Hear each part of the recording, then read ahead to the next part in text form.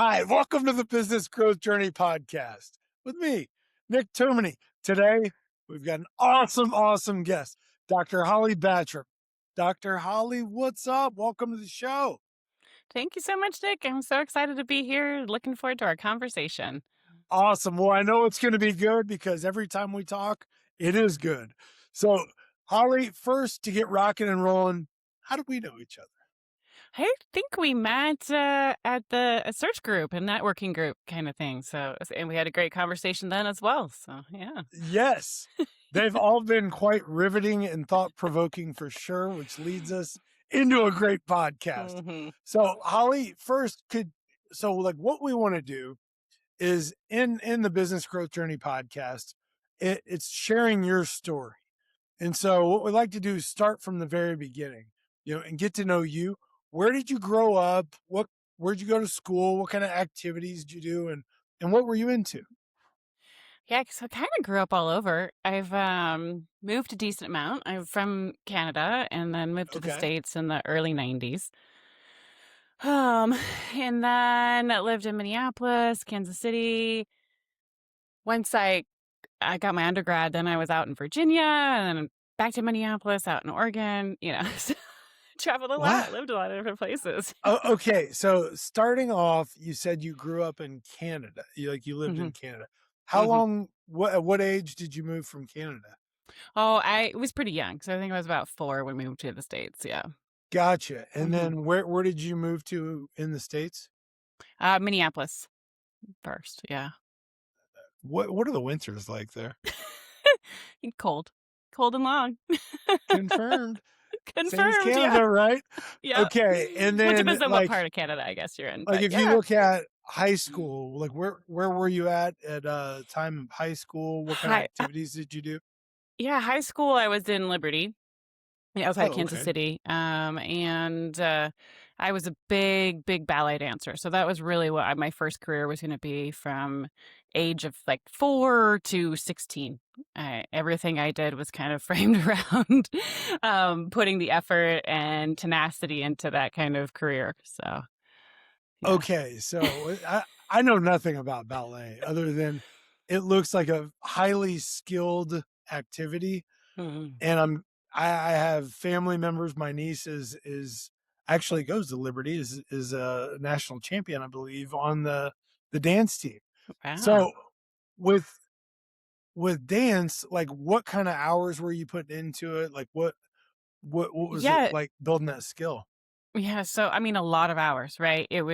I would go to school, I would go to class, sometimes we had a couple classes in evenings, sometimes we were there all day Saturdays or rehearsals on Sundays. So it it does teach you. I mean, like I think like many sports, it teaches you so much tenacity, resiliency, memory. Your brain just gets to work very differently than when you engage in things like that. So yeah. All of the dances I've ever done were pretty fluid and reactive on the spot. I've never actually trained in dance. It, hmm it, uh, I bet there's some good videos out there, aren't there? oh, I mean, who knows? I'm sure I'm just going to move on before this gets off the rails. Right. So when you look back at dance, what are some of the attributes you've learned that you still carry over today? I think memory, right? Learning choreography, just that ability to kind of learn so quickly, right? Especially when you get older, you're picking up things, you're adapting, you're changing, you're putting yourself in tough situations and giving yourself the ability to I mean, basically learn what it is to do hard things and stick it out and know kind of when that kind of stress comes at you in a lot of different ways. And of course, you learn about working with other people and, especially when you're doing partner work and stuff like that. Or I mean, if you think about, so for example, like chords, like lines, right? Everybody's moving in the exact same beat, right? If they need to, and if you're off, it makes it not only does it make you look bad, it can make everybody else look bad too. So, like, I think there is so much that I learned and took forward with that, even though I didn't, stick with it as a career, you know? But Okay, so you've said something interesting. So on this podcast, we will jump around and go to current day, backwards, and somewhere in between Mhm. throughout, I'm guessing.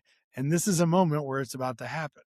Okay. So you mentioned learning to do hard things, and I think this is like number 25 on how many of these podcasts I've done. And a lot of times the framework of the conversation comes around from somebody that is a guest on the show that owns a company and is talking about learning to do hard things. What is it about learning to do hard things that helps make you resilient for later in life when, you continue to level up on the harder things you do? Mm. Well, I mean, if you don't it's like a muscle, right? It it takes a lot to run your own business and do a lot of things, right? Yeah. You Yeah. yeah, whether it's like you go out and do it and then you fail, then you pick yourself back up again and you try again, and it's it's not easy, right? It's really cool and it's rewarding in life in general, but if you start to flex that muscle, I think from a young age, I'm not anywhere I know nothing about raising children or anything like that, but when you start to flex that muscle, you start to realize that you can do it and then you push it forward, right? Like you're building a muscle. So building a muscle to do hard things is building that brain power, building those neurofeedback loops of like, oh, okay, I tried it, I did it, I adjusted, I did it again, I maybe messed it up. I'm not going to be down for that long, right? And even when you talk about like performance, if you made a mistake, you just had to move on. Right? You had to you couldn't just stop in the middle of a performance and say, "Oh, oops, I messed up. Let's start over." I You need some time to thought ruminate. If you yeah. don't give me like a couple minutes to just be hard on myself and feel Mhm. bad, Yeah. right? I mean, yeah.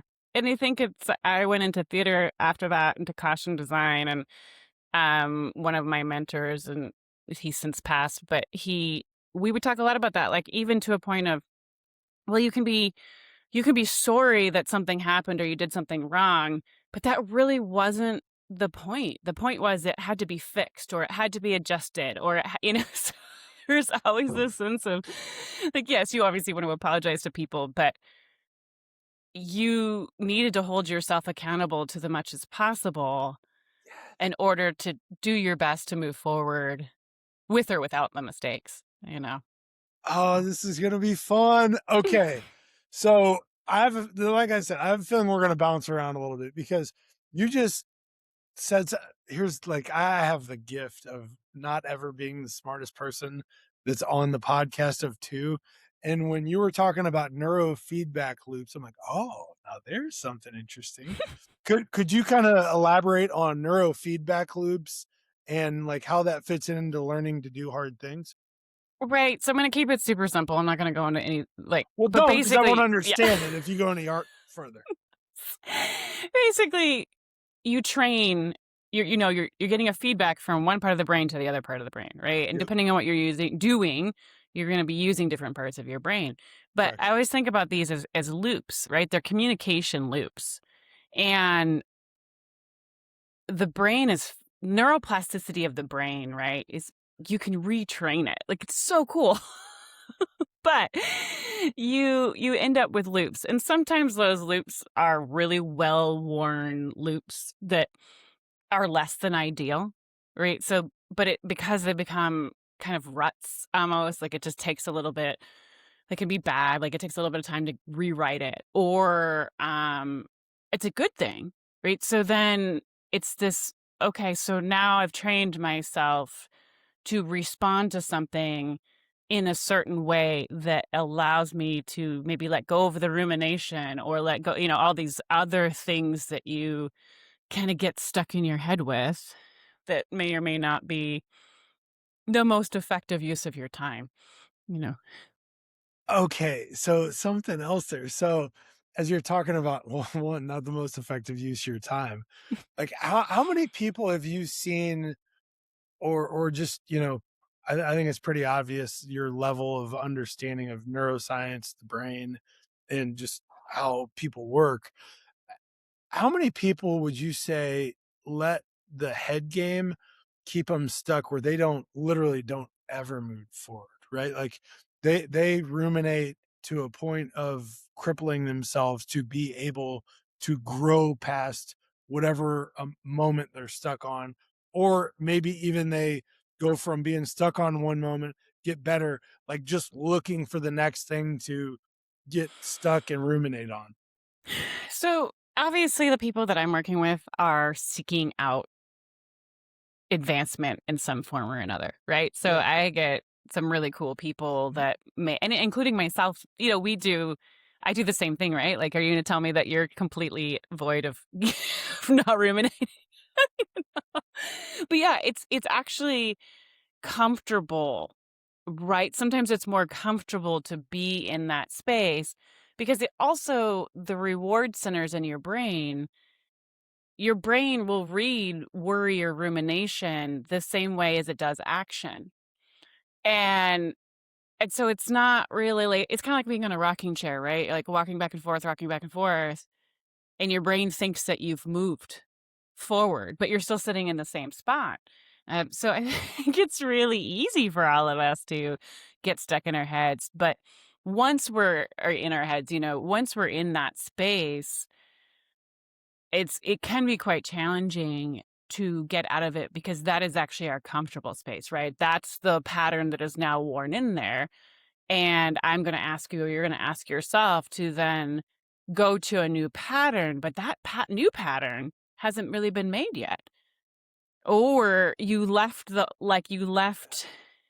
trust in your gut, or you left all of these things because you had to in a moment. And now you have to kind of go through the ugly to get to the pretty.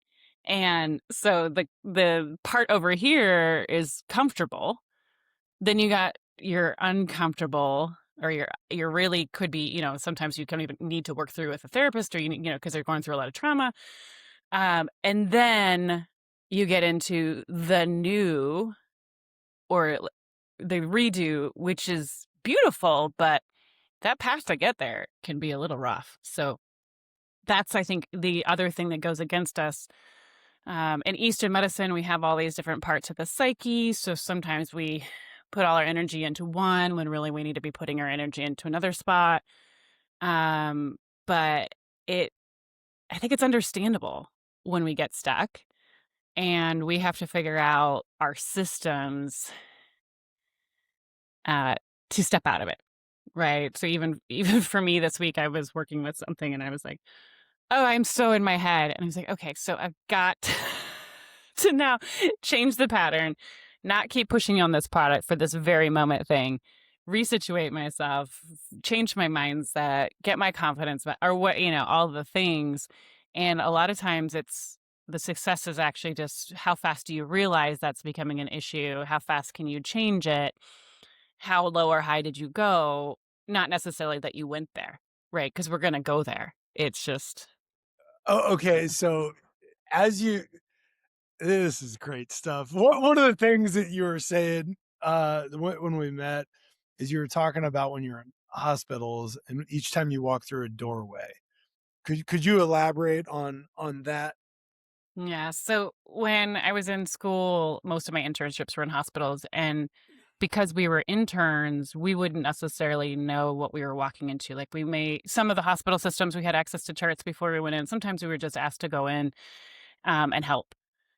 And so I started to use the door frames as a reset point, right? So that I would never bring the previous patient's energy to the next person or whatever just happened to be in the hallway. I didn't need I didn't need to bring it forward. And so door Yeah. frames are something I obviously tell people about a lot, but I use those a lot as check-in points to clear um, anything and then step into the next space. So So after we talked about that, I have 2 boys that are 7 and 5, I guess almost 8 and 5, and they're big into Minecraft, and so like they love like talking about portals and walking through portals, and one of them was frustrated with something and was kind of stuck on. I'm like, each time you walk through a doorway is like entering a new portal of endless opportunity where the past is gone, and they're like, really? Like that's what I was told by a doctor.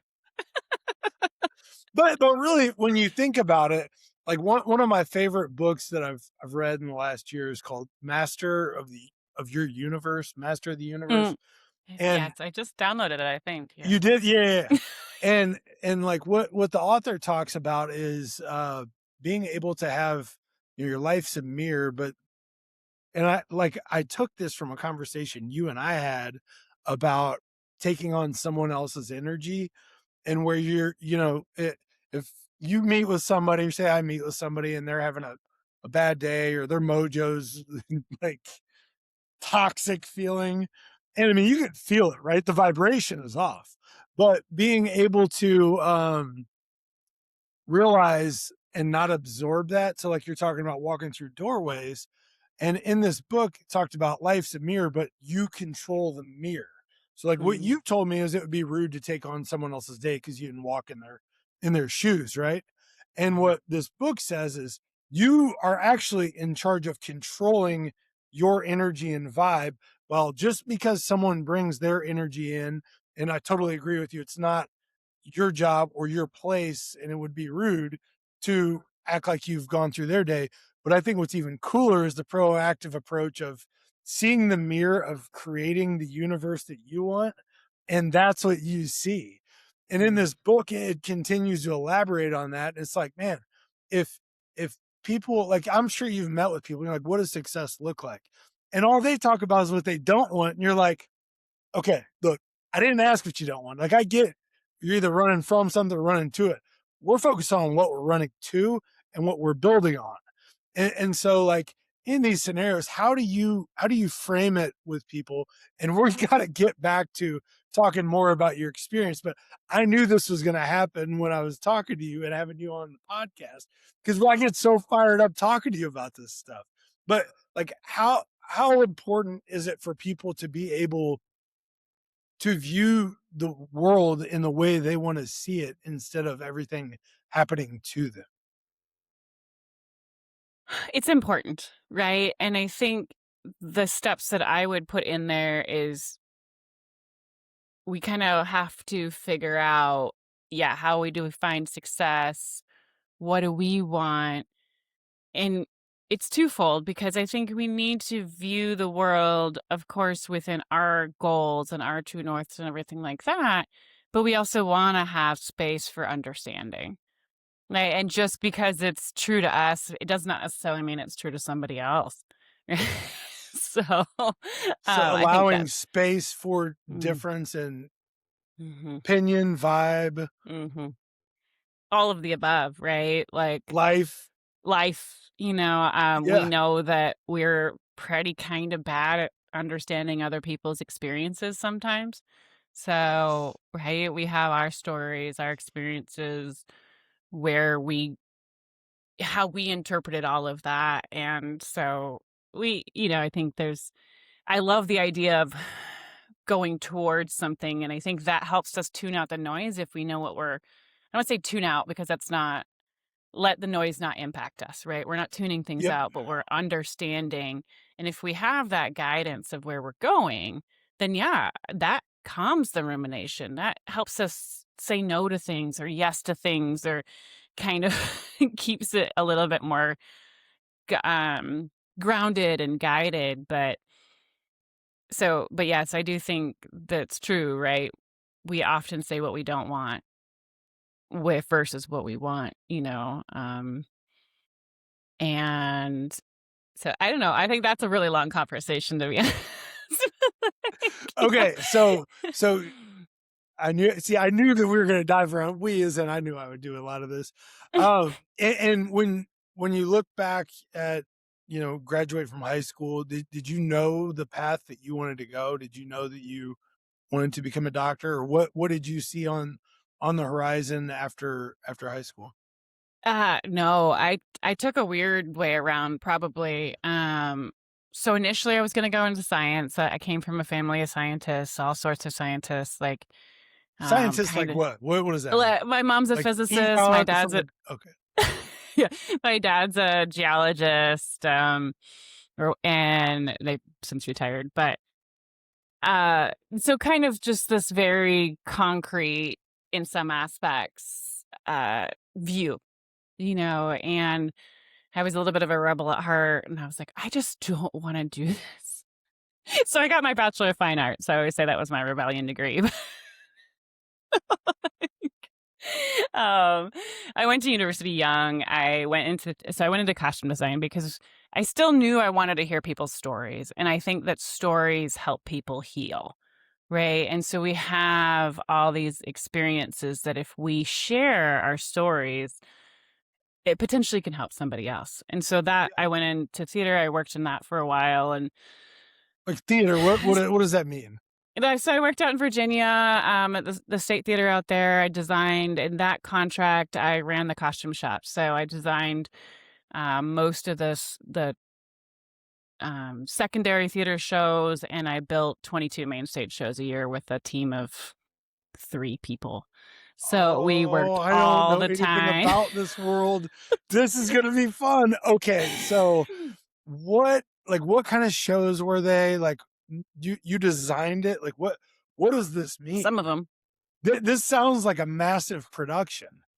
Yeah, so those are when you see a movie or when you see a play, right? They're Yeah. wearing clothes. Yeah. So Yes. I was either designing the show, so picking out outfits, making the outfits, or I guess I said I was either designing it, which meant then I would make all the like pick all what they would wear. You're always in meetings with directors. You've got the script, you've got the action steps that those articles have to make and do.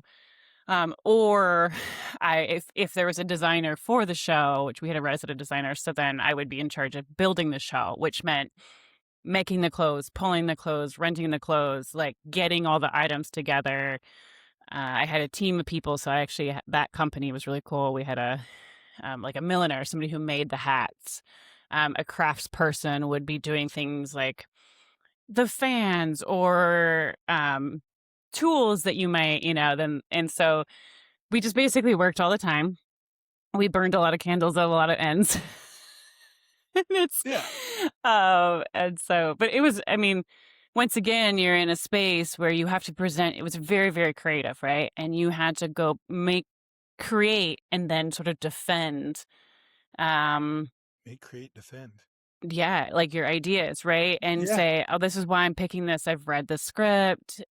Here's the people that are doing it." And then the director may or may not like that, right? And so um that can be really, really tough, right? So when you talk about having those, you're just constantly sort of in a state of like making decisions, and they're either right or wrong.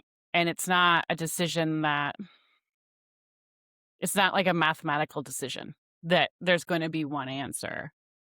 It's going to be, how do you decide? Like one of my favorite shows that I ever designed was Romeo and Juliet, which but it was set to Mark Knopfler's Sailing to Philadelphia I like Mark soundtrack Knopfler. or Yeah. CD, right? So then you're Yeah. taking something that a story that and you're overlaying all these different ideas to them. So right, that's the director's idea, and then we would all be around with our ideas to how do we make those directors' ideas come to life. So, I love this because I'm looking at it from like, what my job is, right? Like aligning mhm, teams. And so is the director like laying out the vision mhm, and you're like, okay, so I think I got it. And then you guys go work to put together the costumes, mhm, wardrobes, what have you for the play or show. And then you mhm. bring it back to present and it's either yes Yes or no? or get Yeah, out. yeah.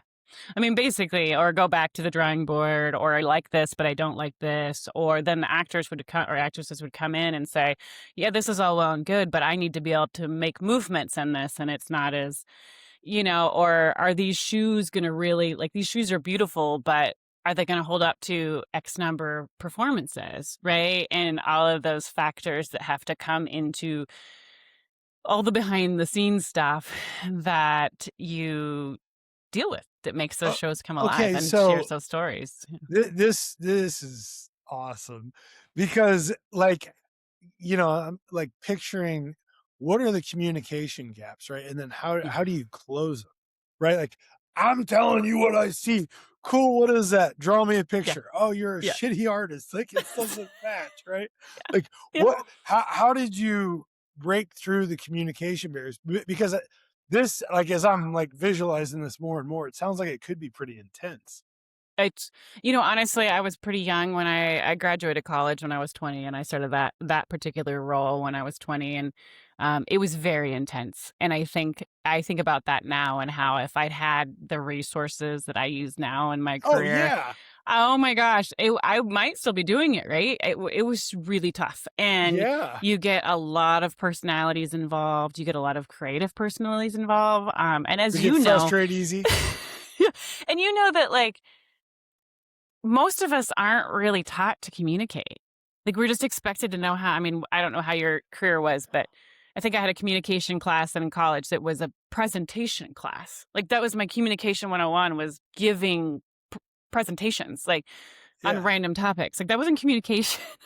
And so Well, the other thing is like you could be a great communicator, but if you're on a team, does the team communicate in the same way? Mhm.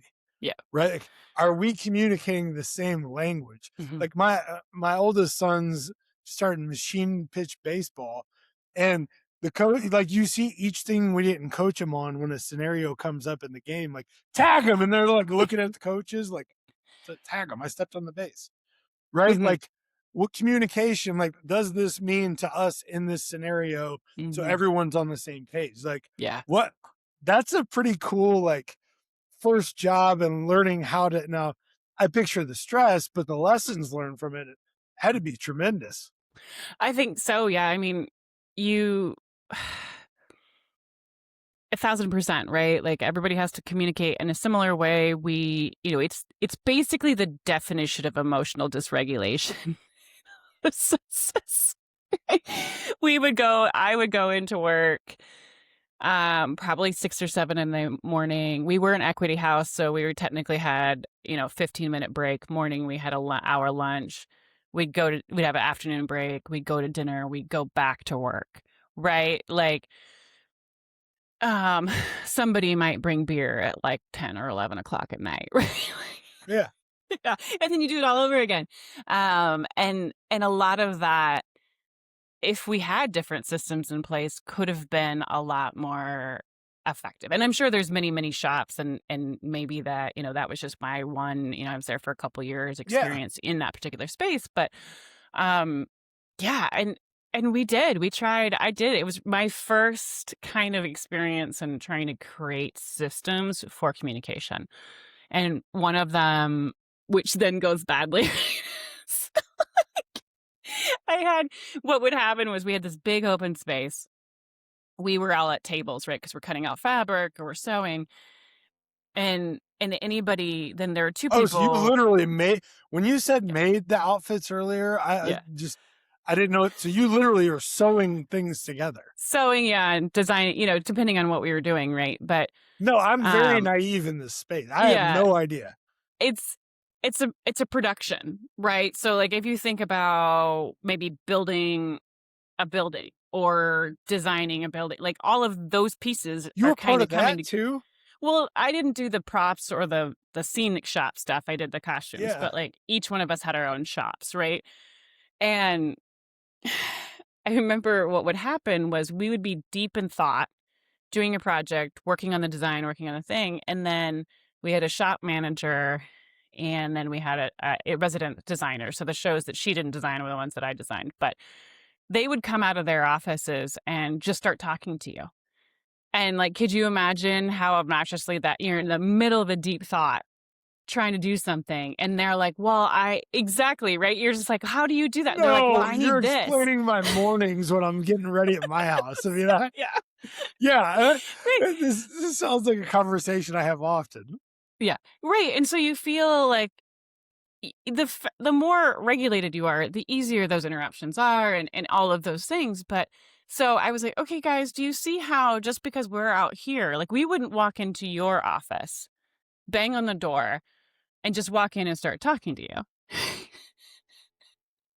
So they were like, Jesus "Oh, okay, we can Christ. see this." This is just the simplest system. So we decided that we would all have, um, like mailboxes. So people would actually have to write down what they needed, and then we would check these mailboxes every set number of times, and it was so funny because we all got on board with this. I'm like, okay, cool, and and then all of a sudden it got out of hand.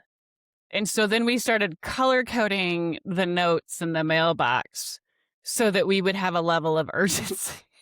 We could look over to our mailboxes and be like, "Oh no, there's a red one in there. I guess I better go get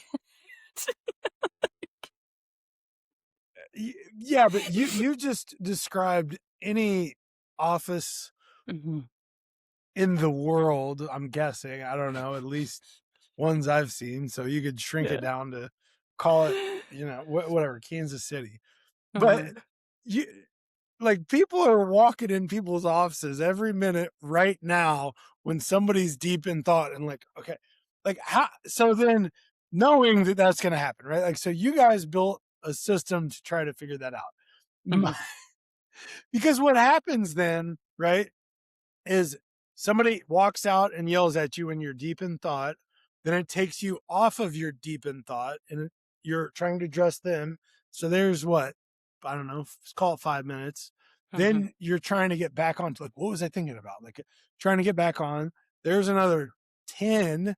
And then to get back on course is probably 30 minutes wasted, right? Yeah. Yeah.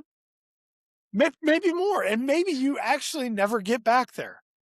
And God forbid you accidentally pick up your phone and get Oh, distracted now, by I it. mean, now today's world is a distraction, right? Distraction. Like, Yeah. oh, there's all these efficiencies with Mhm. technology.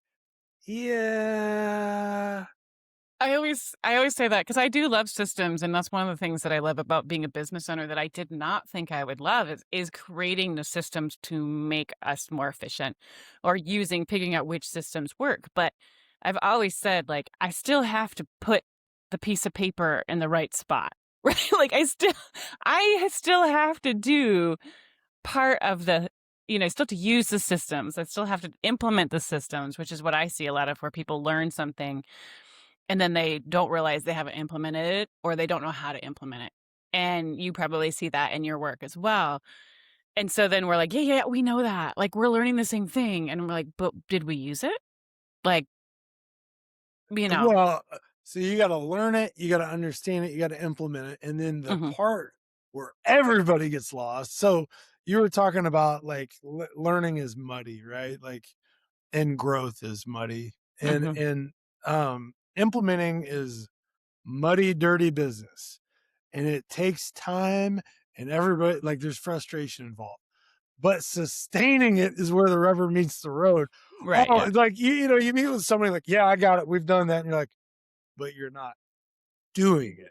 Hmm. Right. Yeah. My teacher, one of my teachers in I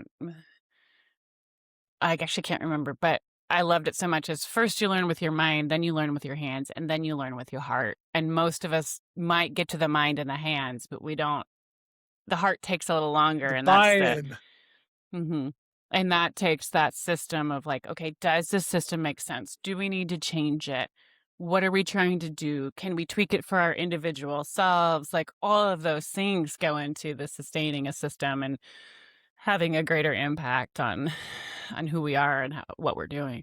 And in the middle of all this great sustaining, then AI comes out and everything's changed. Right. Okay, so you're out in Virginia, you're working at in theater, is that what Mhm, we would call it? And, mhm. and so at this point, have you become a doctor? Have you gone to school for that? Like where No. where are you at in the journey and what was next? Yeah, so the next thing was kind of a side quest, I guess. Did you become a roadie with Metallica? What happened? No, that probably would have been better actually. So it ended up, uh, I met my ex-husband, my first husband out there. We, decided we wanted to move. We were like, "Okay, this is not really a sustainable life. We're just working all the time." And, um, so this was I think this is a life that many people don't have anymore, is like, I don't think I would do this anymore. We were just like, "Okay, let's just move." So we're like, I liked Minneapolis when I was younger, and we just moved back to Minneapolis. And I went into, retail management, right? Walked in, needed a job, interviewed, got a job, right? This was all Like pre what kind of 2000. retail? I worked for, I think that was Aldo Group at the time. So, just one of your big, like Ann Taylor Loft, like those companies, right? This was Aldo Group was a huge Canadian-based company. They had they still have a shoe store, I think, here, um, and so yeah, just started working at Mall of America. Yeah. What? I've never been. What? Oh my god. They have their own jail, which just blows my mind. They're big. They have a jail in that mall, and everything is so. When I worked there, there's all these, which you haven't been there, so that may not be it. But you have your big You mall, haven't and been then there, so there's you don't know. so you don't really know, but like they have all this big mall, and You then can they have tell me all anything and I'll believe you right now because I've never been yeah. there. They have all these passageways in the back, right? Like, it is to me, it's kind of a mind-blowing building. Like, if you think about all the things that can be going on there that you would just never even know.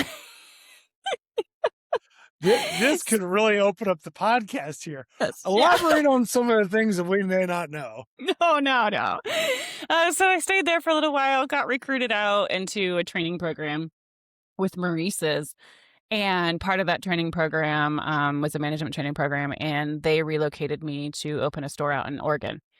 Um, and so we moved out to Oregon, back when companies relocated you and you got, relocation packages and all those things. And Big times, yeah. I know. And so I got out to Oregon, loved it out in Oregon, but What part? basically I was in Bend. Yeah, I've been Yeah. there. Oh, Yeah. okay. Yeah. So Bend was unique at the time It's because beautiful. so beautiful. But they had grown like 80,000 people in a very, very short period of time. Um, and we were, kind of those expats, right? Like we were implanted there, and it wasn't the friendliest town. It was a beautiful town, but because of all of that stuff and everything like that, it was an interesting experience. And got out there, and um my store did really well. I was good at what I did. So basically, what I started doing was being asked to go help other stores that were struggling. Right. So all this stuff kind of comes into how I get to become a doctor. But um, once again, you start to learn communication, you start to experience like observation, right? You have to go and you're like, I do believe people are inherently good, right? So most people are trying to do their job well. And you're like, what is happening? Why are we doing what we're doing? So you just sit back and you kind of observe. And a lot of times people come in and bulldoze, right? They're like, oh, we got to fix this. We got to fix this. We're like, okay, why are you doing it? Why did we end up so same with the body, right? Same with what we do is why what made you be here in the first place?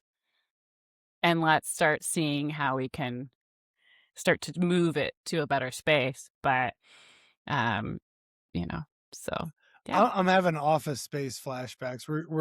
You're it's- you're coming. Oh, hi, I'm Holly. Oh, great to meet you. Why are you here? You're an underperforming store, and I'm here to observe. Right?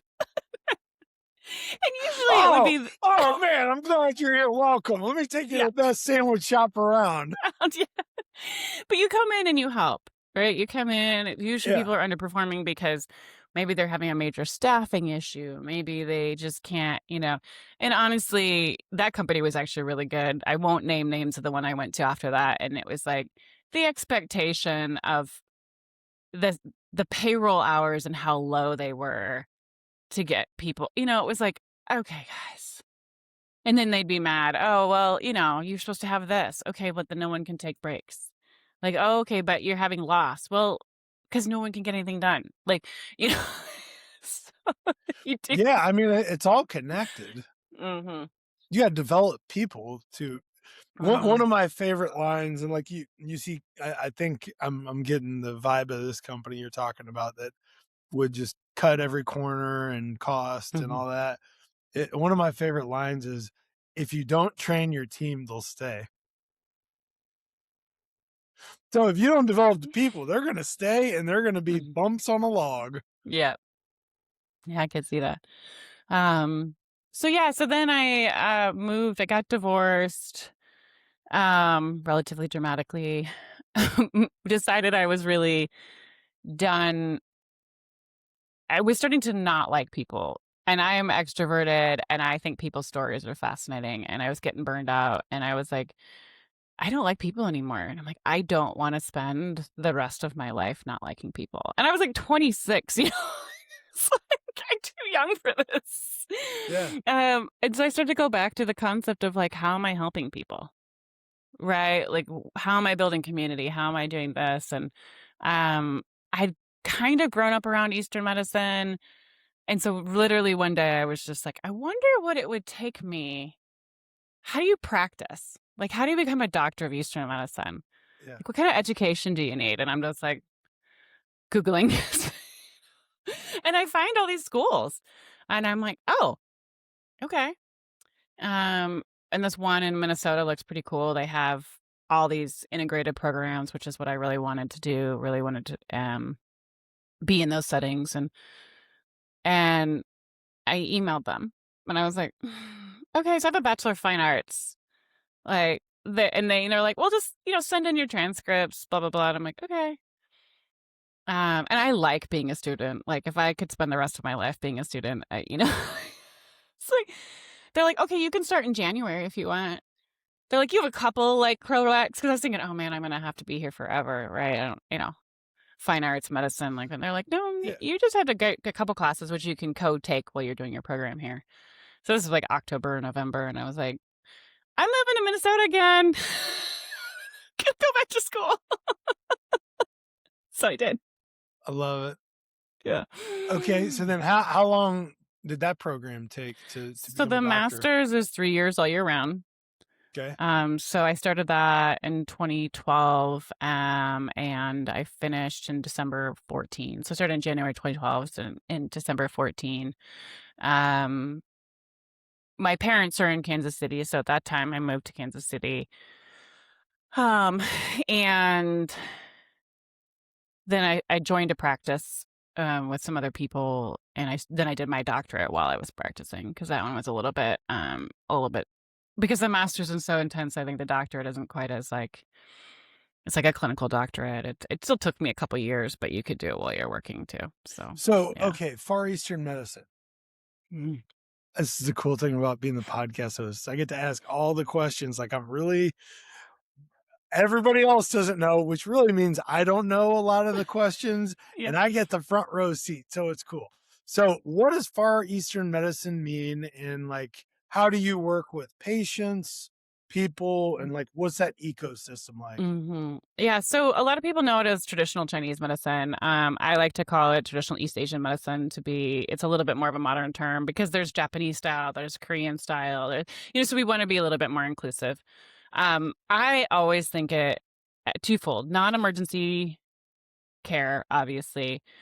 There's a lot of things that we can work with, but it's sort of the ultimate lifestyle, like medicine. Right? I can speak to activity. I can speak to health, mindset, mental, social, spiritual, any of those things. There's kind of a space for it in this medicine. Um, you often see people practicing just like doing acupuncture, herbs, that kind of thing.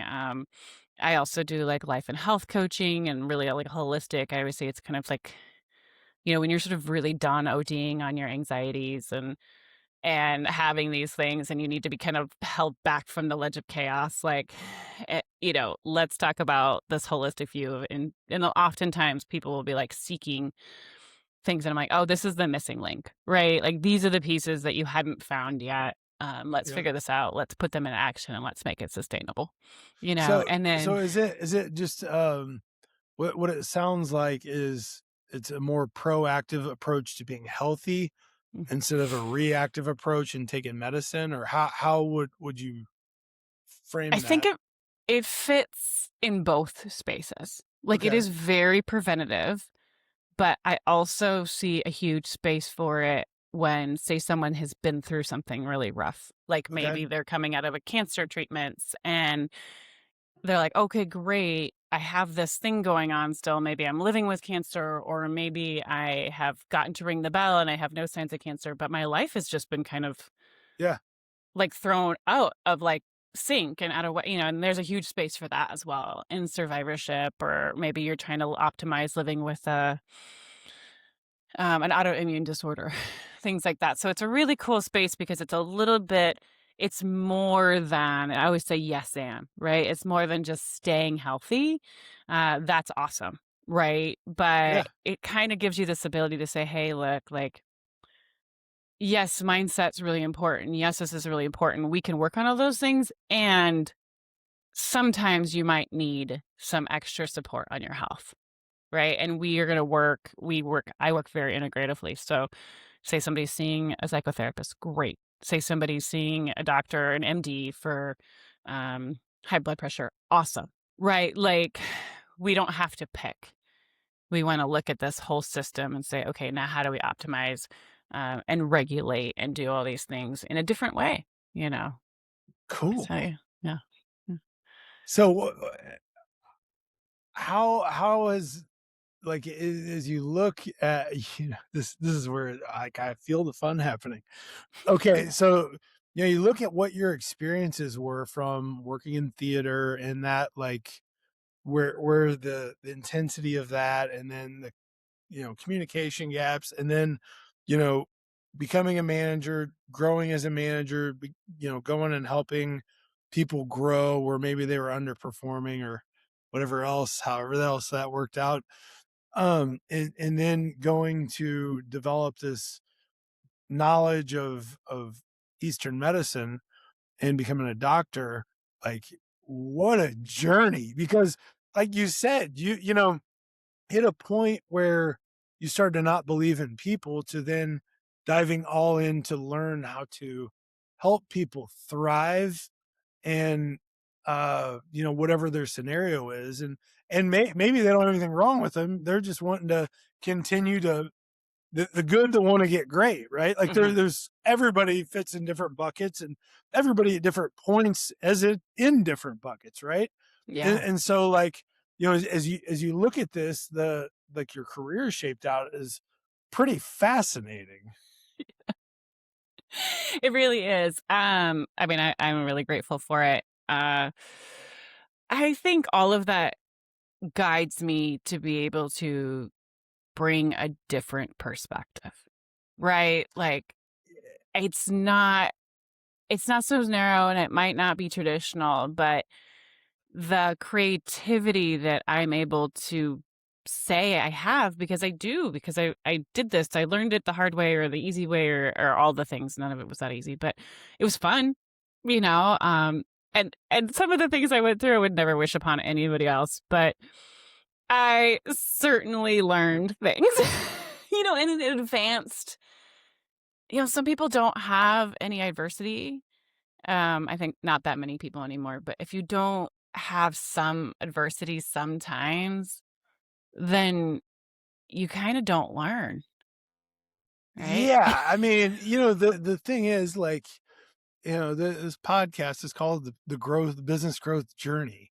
And Mhm, what, like some of the things I've learned in the last couple years, I've always been so results driven, and the internal pressure I would put on myself was one of my greatest strengths, but eventually, you know, mhm. greatest strength becomes your greatest weakness.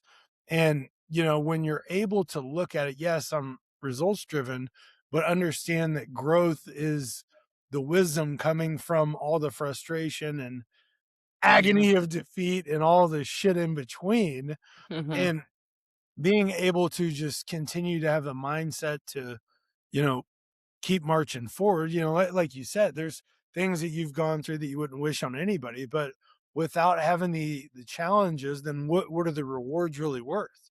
Right? Like if every day is 75 out, which I would give it a shot, don't get me wrong. Yeah. I mean, if Sure. you haven't been through some blizzards or some 100-degree days, you don't realize when it's 75 and it's fun to be outside, man. Yeah. Yeah. Right? Yeah, I mean, I don't know, I might move to Santa Barbara. I'm just kidding. I So mean, don't get me wrong. Like I'm cool giving it a shot. yeah. No, I think you have to have that depth, right? Growth comes from it can come from joy, right? You learn I mean, I don't know about you, but hanging out with friends, having a great time, having conversations, like, we learned there as well, Yeah, right? 100%. Um, Or but doing things that you like that you continue to improve upon. mhm, But at some yeah. point, you stub your toe, Right. right? Yeah, and if you've never if you never stubbed your toe, then you don't know what I guess you're missing. I don't know. Like Oh, I don't know. We don't need to keep making shit up because I don't enjoy stubbing my toe, and there's not a scenario where I'm like, "Oh, that was great." yeah. Oh, I know, and it's sometimes we get a little like, "Oh, yeah, we gotta do this to do this," and, "Oh, it's all good," I'm like, "Yeah," like, sometimes we're mad, sometimes it didn't work out, like, sometimes that was not a learning opportunity. But I mean, like, growing up, my dad would always say, "The more the more you know you don't know." And Mhm, like I think now with the phase of life I'm at, the gift is each new thing that I learn or anybody learns, right? Like it opens a door that mhm, opens 10 new doors, that each one opens 10 new doors, that opens 10 new mhm, doors. And you realize we've talked about getting into like quantum mhm, meditation and, all that stuff. And being able to look at it like from an abundance mindset instead of a scarcity mindset. mhm, And I think that's where, I mean, I know I've gotten trapped there before and have learned to grow out of it whenever that would come about. And I mhm, think some people don't overcome those yeah. scenarios. I do think it's really tough because, um that scarcity mindset makes us ruminate more, and it Oh, makes and you us, like, age fast. Woo. yeah, and it can get, it's understandable, right? Yeah, Especially right in these 100%. days where you're hearing all these things and this is gonna happen and this is gonna happen or this is happening, and so we do have to have our, Maslow's hierarchy of needs, right? So we're speaking from a strong place of privilege, I think, for us to say, like, we can have these conversations and we can think. So Yeah, it's not always going to be. Some people are really dealt a shit hand and they may not be able to get out of that, and that's the the parameters that they are stuck in, and that's not necessarily because they thought the wrong way, you yep, know. Um, but yes, a lot of us get to, if we get into thinking we're fighting over the same piece of pie, man, it's a big it's pie. it's a tough place to be, and it kind of where your thoughts go grows, right? And Great line. yeah, Great it's not line mine, alert. right? I think it's somebody's I just stole, but um, somebody famous probably, but so when we start to get into if you want to talk about abundance versus scarcity, scarcity, it's just like, oh, it's like you're holding on too tight and you're doing this and you're doing that, and that's when I think we need to start going in. It's like, oh, do we need to stop for a moment? Do we need to not push that over there? Do we need to find something fun to do? Do we want to pick up a new hobby? Do we want to have creativity time? Like, how can we pull ourselves out of that, and think about it differently? And um, Those are beautiful tools, yeah, hmm right? yeah, hmm And it takes practice. It's not like a permanent fix. It's continuous. it's continuous. It's like working on our Okay. trauma, right? It's continuous. It's always around Sometimes. the corner. Sure. So you become a doctor, and then what's next? Like, what did you do after? you completed school, did you, what did that look like? Yeah, so that I went into a very, kind of stereotypical what we would have as a clinic. I worked with a couple other women. The cool thing about that was it was high volume. I saw a lot of a lot of people. I got a lot of stories and a lot of patients. And I learned so much in that experience. I stayed there for a little too long. I got very comfortable, and I think you said it earlier, where it's like what gets you to your first, the corporate trap, right? Like what gets you to your first 100,000 in income, it's not going to get you to the second, right? Or to the seven figures. Um, and you got to be like, y- eventually you just kind of have to be uncomfortable. But what I realized was as I was doing this, I started to develop how I produce and perform in the programs that I now created because I Yeah. started to see what was missing. Like, oh, here I am, like doing this really cool medicine, and yet I'm still fitting in these parameters. Like, Yeah. it's still not the delivery isn't, it's good for some people, but it's still not good for everyone, right? Or wait, we're asking people to do this on their home time. And I think we need to be asking people, I think companies need to be giving more resources to people on how they can perform differently. And so I started creating those programs, right? And started getting more involved and getting bigger programs for certain people who needed it and stuff like that. And so I just wasn't able to create that vision in that practice. And it started really the vision then pulled me into becoming the business owner, and that one, I was basically running my own business. I ran so it was like, I Yeah. did that kind of odd experience where you're like, I'm in charge, but I'm not quite in charge. I need to be responsible for my books, but I'm also responsible for, I don't know, and so Yeah. ultimately, a couple years ago, I kind of jumped and just jumped or pushed or whatever you want to call it, creating my own thing. So, yeah. See, it always gets people fired up and start throwing stuff when they're Oh my gosh, I talking know. I about just, starting their own company. so, Here we I'm so go. sorry. I Break just some literally, glass, crank the music, and here we go. All right. So what is it when you hung your own shingles, started your own operation that you were most surprised by? Right? Like I know when I started my company, it was like I can run faster. I've always been a fast starter, and then it's crickets. And you're like, Mhm. what the hell is going on? Yeah, I think it's, I don't know that I was surprised initially. It was actually kind of cool because I was like, "Oh, this is not." One of the things that held me back the first time was thinking about going through that first 6 months again.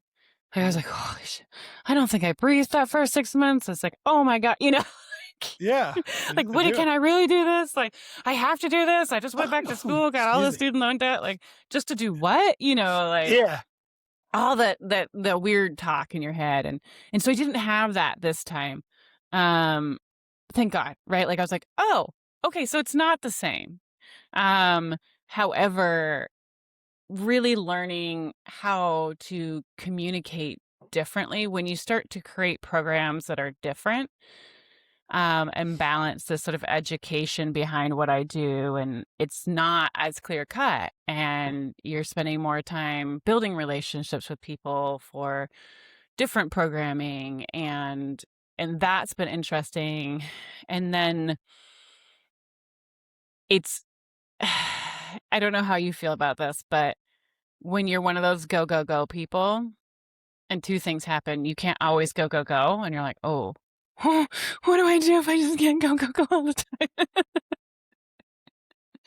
And then being like, oh, it's not about go, go, go all the time. Like, yes, sometimes you're Oh, in that season, but then you're like, yeah. wait, I just let this go and I took a little break and it still worked out.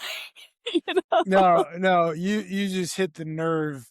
So yeah, learning like to divide to multiply, right? Like I want Mhm, to go go go, but oh no no no. Like you got to be ready to lay out your game plan incrementally and be able to, like we were talking about, implement and sustaining. mhm. Otherwise you're just like chasing your own tail, Mhm. and it's like you're going nowhere. And so if anything, that's been one of the bigger things I've learned. I mean, the list is long and distinguished, Yes. but being able to take a step back and slow down. It used to be I want to show that I can be the hardest worker, that I can Mhm. get up early, lead a group, go until the end of the night, go be super dad and do Mhm. yard work and husband and all that stuff. And it's a recipe for burnout, but it's also a recipe for not putting points on the board, because you're not being strategic and you're not like calculating where you're going. You're just busy and Yeah. you're not actually productive. Mhm. Yeah. And And there's these are painful lessons for people that like to just hustle and get after it. And because y you go from being the doer to like strategy and execution, right? yeah. Mhm. And knowing what to listen to people on, and you see, and I think being a business owner, at least one of the big challenging things for me was like you'd see people that were really successful and you're like, "Okay, I could do that the way they're doing it and I will be burned out because they're burned out." And then having to sit there and say, "No, I know that's not the way it has to be." Yeah. But we've almost gaslighted people, I think, into saying there's either like the hustle culture or there's not the hustle culture. And it's somewhere in between, right? It's the rhythm of life. And it's like sometimes you gotta push and sometimes you gotta back off, and kind of assessing and listening to the right people and asking questions maybe a little earlier, but So kind of seeing those systems. here's something I've learned in the last couple of years is learning to trust myself. So Mhm. like when you're talking about learning to listen to the right people, you got to start with yourself, because if you're not Yeah. listening to yourself, none of the other shit matters. No, I And know. if being able to like listen to your own intuition, follow your gut, whatever cliche. There's a reason they're cliches. They are Mhm. correct. They're Yeah. real and they're Yeah. right Yeah. most of the time.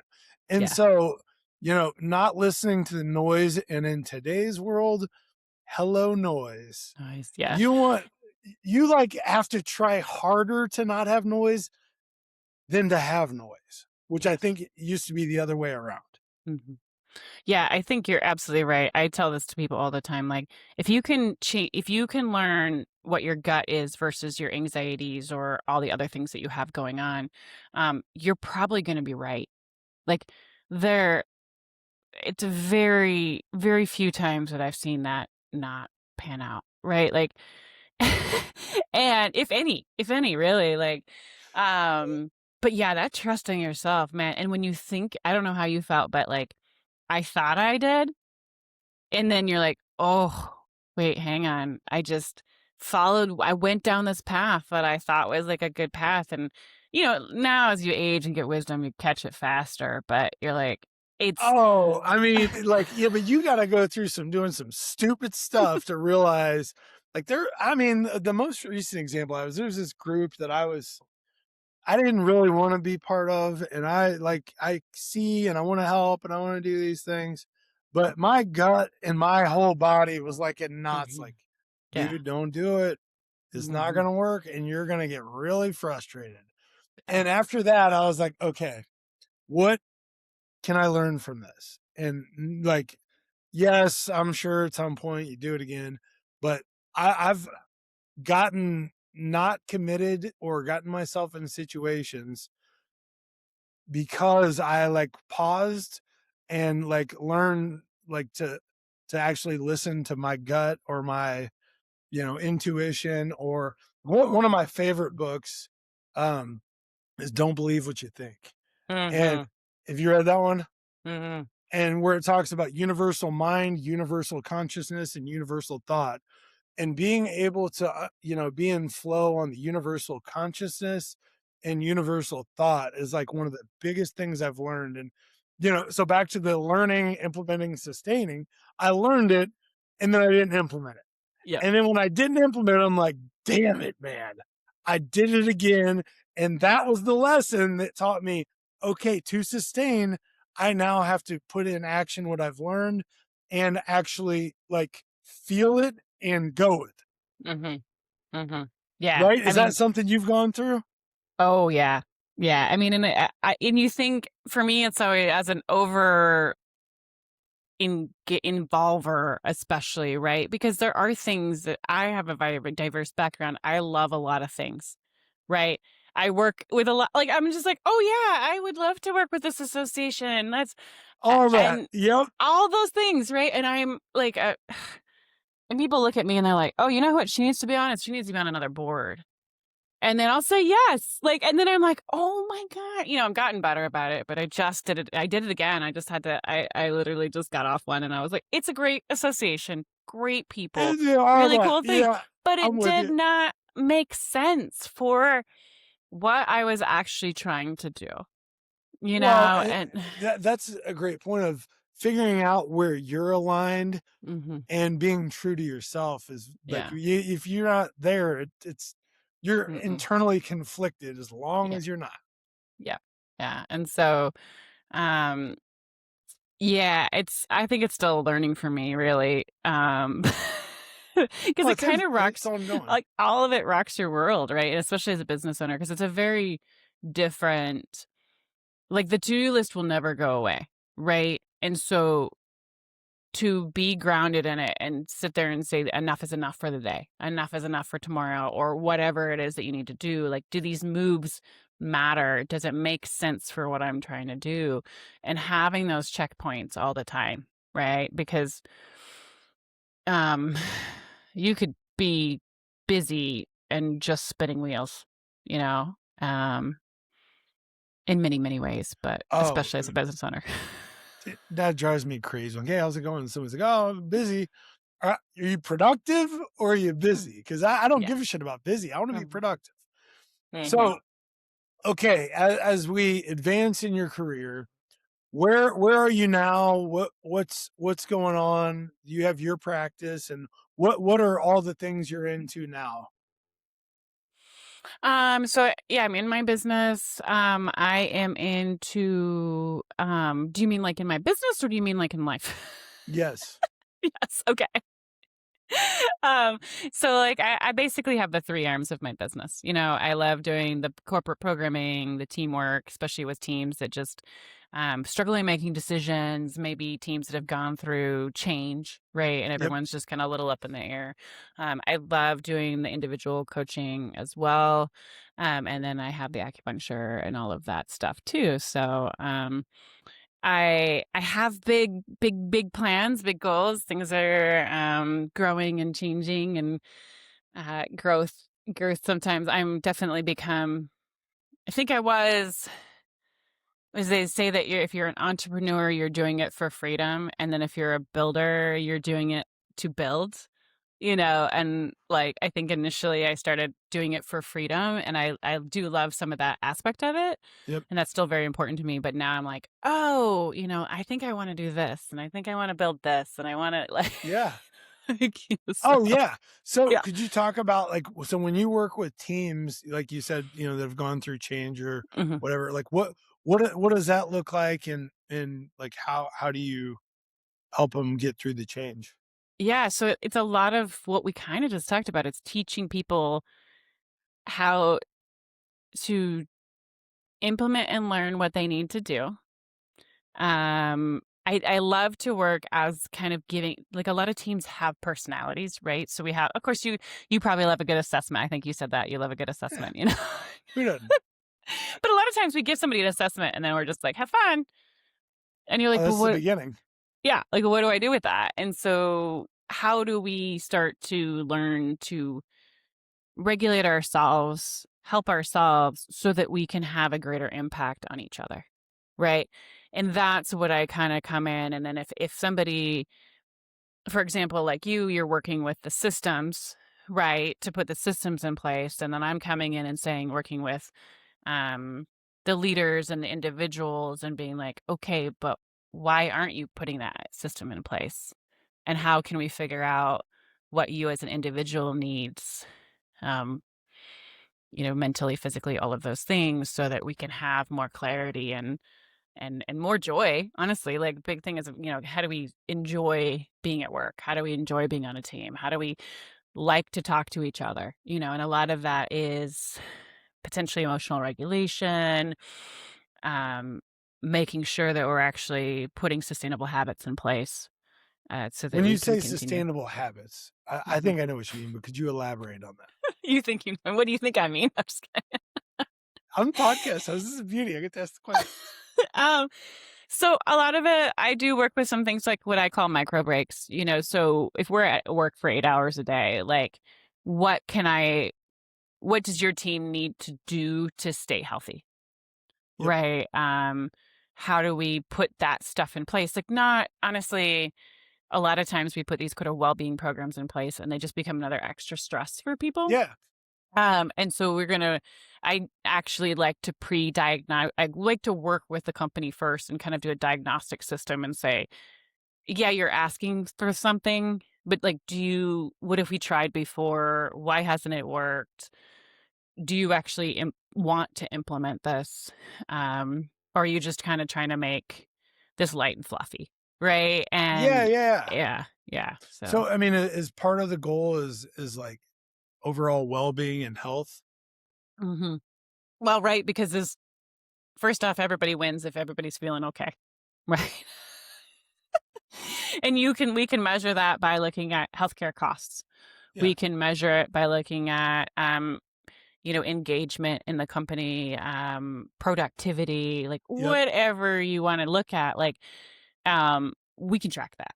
Right. And so if people feel better, they have more mental clarity, they're able to go home to their families or their friends and have more of an impact, right, in their communities. And we don't need to be sort of just burning everybody out on your work, right? One of the things that we see these days is honestly, like, we are so much more productive as human beings because of our technology, because of all this stuff. Like, we're just continue to be asked more and more and more. And at some point, we shouldn't be indispensable, right? But we might need some tools and techniques that actually make sense for us to use to handle all the stuff coming at us so that we can then start changing the systems, maybe, right? Or, Can you imagine, like, yeah, so like taking two ways of this. Okay, one, take people of today and put them in 1975 where they couldn't even get a voicemail, right? Like now, in like communication is immediate on 500 different platforms, mhm, right? Back then, you would go sit at a payphone with a bag full of quarters and your notebook and call people back hoping they're there, right? mhm, Like, and then write a letter. yeah, Like, what if you took somebody with today's world of instant gratification, put them back there?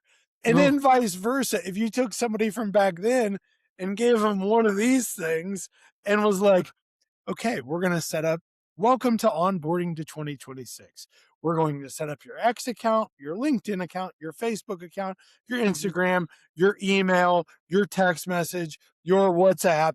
And they're going to be like, oh, what's a download? Right? Like, it's crazy. What, yeah. what do you think? Like, not that one's better than the other, but like, it's pretty clear there's a reason people used to just be able to not walking around like ding, ding, ding, ding, ding, ding, ding, ding, ding, ding. Yeah. I mean, the hard thing about our human brain is we're not a computer, Yeah. right? So we treat ourselves like I mean, even like, how many times do you walk and listen to a podcast or mow the lawn and listen to new data, right? I used to do that Yes. all the time. And then I started to realize that I was like, and I'm going to, Stolen Focus is a book that if you haven't read it, you should read it. It's such a Writing it great book. down. I don't know that one. Um, and he talks about this a lot. And it was huge to change that. Now, trust me, I still listen to podcasts. I still like read books. I still get a lot of information because I love it. But it doesn't always have to be coming in at us, right? And we've trained ourselves, especially people who I think run businesses and are high achievers and entrepreneurs and all this stuff that the growth mindset is to constantly be getting information. And I think it is tough because no one's going to stop it, right? Like the systems are created to so that we consume. And a lot of times we're consuming good things, but our brain can't, it's going to max out. So like it's understandable that we're kind of all maybe losing our minds a little bit, right? This is great. um so we have to figure out, I mean, I don't like the word optimize because it implies that like we weren't trying before or that we need to be better, but we do need to synthesize and figure out like w- what can we do? What can we say to do? How do we adapt this stuff? And a lot of that, I think, goes back to that very early conversation, which is if we took out the rumination, then what would that look like? Right? How many thoughts are we having every time I get a text message? Do we have systems in place are we okay with, because that trains us to be addicted to it, right? So, like, So I how, turned off when I went on vacation, and I was in January. I'm not turning it back on either. I don't get notifications like when I get an email or mm-hmm. I basically get sports alerts now. Yeah. That's it. And like what I noticed is, I'm already busy and running around and have a lot going on. And then I would see that number growing. And then I could feel my insides, or like, you sent one, you're waiting for a reply and the back and forth, and you like get trapped in the box of what a cell phone is. And Mm-hmm. since I've turned that off, it is like totally helped me control like what my intake is. Mm-hmm. And I don't know, like, just like you're saying, like, it's sensory overload with so much coming out. And, I mean, like, I'm not on, like, a bunch of different social media, like, doom scrolling and doing that Mm-hmm. stuff. And, like, some people, like, it's just ding, ding, ding, ding, and you ever sit with somebody and their phone is just going haywire, and you're like, "Hey, look, I hope you're doing okay because 'cause I'm, like, in the middle of a panic attack listening to your phone." Yeah, No. like, I don't even know what the hell you have going on. But Mm-hmm. so with all that being said, like, why is it what is important about people going on a vacation and unplugging? And to piggyback on that, it's called a setup. Why is it that when they are sitting on a beach watching the waves for 3 straight days and not finally let their brain slow down, that they get that idea that they haven't been able to figure out for 2 years or whatever. Yeah. What is Mm-hmm. the importance of all that? I mean, it's super important, but like, you have to have creative time. Right? You can't force constantly. Like it is not effective. But we think we can will. And so going to this is gonna open a whole other can of worm, but going back to the parts of the psyche, I mean we've talked about this before, but like the willpower is only one part of that. Right? You still have to have the vision and the what's going to keep us on track and all of these things. And so we have to create space for it. And so we can't think. Like you said it earlier, right? When we were like, oh, you get an interruption and then you get this and then you have this and you have this. Like we have to create space for thinking.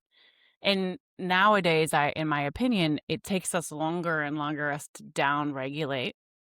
And because we are so used to the interruptions, we are uncomfortable down regulating.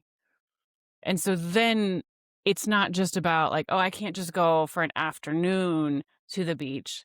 Now I might need 2 or 3 days because the first day might be, oh shoot, I know I turned off my out of office email, but like, was that a crisis? Like, should I check that? Like, oh, what happens? Or, and I think I noticed this for myself when I was in Sweden. Like, was like, "Well, yeah, I turned off my out of office email, but, like, I don't have an assistant." So I was like, "So I still need to answer the phone."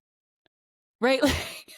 It's like I was like, "And you're talking about different ways that people can reach out to you." Well, I'm not I need to work with AI to get, like, better, but I don't have an automated text message, right? Like, and you're like, "Oh, now I could just do this one thing before, but now I've gotta do all these other things that kinda peel back," and, maybe it's like it it it takes a while to deregulate, right? Because we're so used to it coming at us all the time.